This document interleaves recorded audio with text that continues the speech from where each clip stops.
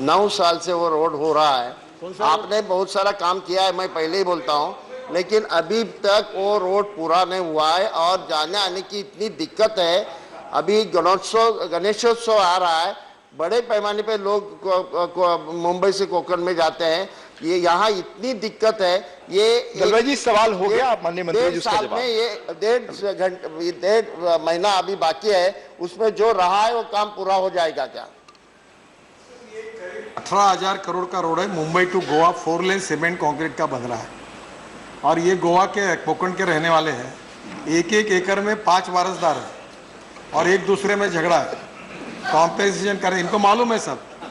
Sir, मैंने इनके एक एक Congress, NCP, BJP, Shiv Sena MLA को बुलाकर, एक कहता है करो, दूसरा बोलता है प्लीज कृपया सर, मैंने इनके सब प्रॉब्लम रिजॉल्व कर दिए। अब रोड दौड़ रहा है और ये रोड 1 साल के अंदर पूरा होगा और मुंबई से गोवा ये देश का सबसे अच्छा हाईवे बनेगा। और इनको मालूम है, ये देखते हैं वहाँ रात दिन काम चल रहा है सर, और इतना अच्छा काम चल रहा है कि जल्दी काम पूरा हो जाएगा, 1 साल के अंदर पूरा हो जाएगा। धन्यवाद।